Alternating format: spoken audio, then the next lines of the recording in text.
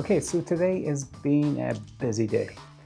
Went to church this morning, and I'm part of the media team, so I have to make sure that everything works right. This is my interest.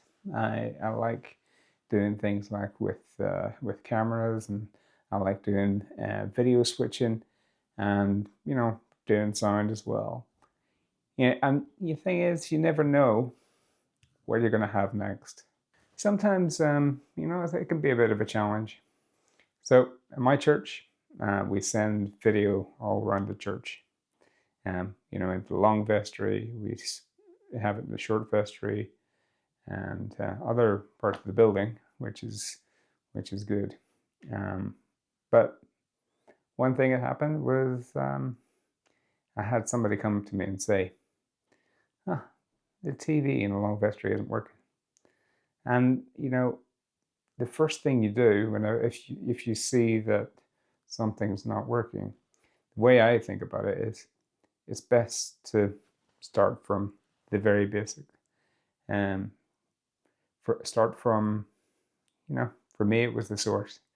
You have to start from the first part of the chain, and then figure out if that doesn't work. I mean, yes, this time it was something simple, something that I don't usually do, because for me, I'm usually on the stream desk, and this little box that distributes the picture around the rest of the building, well, it wasn't plugged in.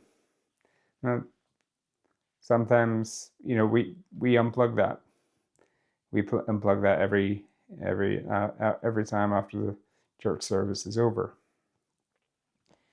just a bit, just to make sure it's off. But for some reason, that wasn't in. And what makes me think that if we have some sort of basic thing like that, I always have to start from the ground up and thinking, of the first part of the chain, and then just continue on.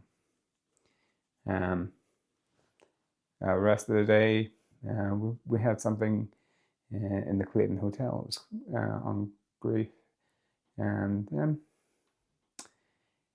it was nice to have something that was hard. It was a hard seminar, because I lost my dad, but I think it was worthwhile.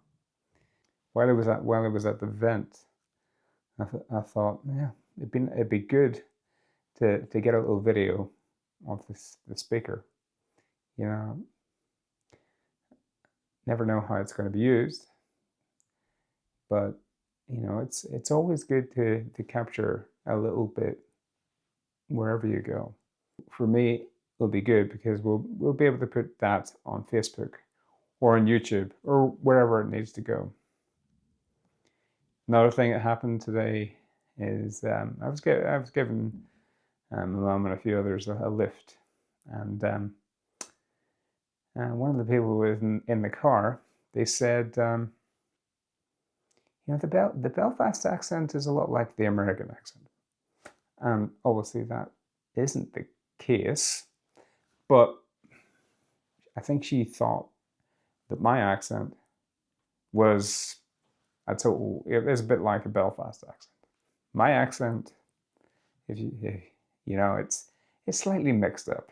I've been to America a couple of times. I mean, I'm supposedly told I've been in America for about 4 weeks.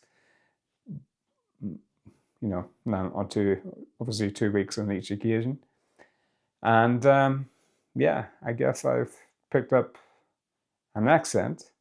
I think it's either that or because I've been used to watching quite a lot of foreign stuff. I've got foreign friends, and I guess that's where my accent comes from.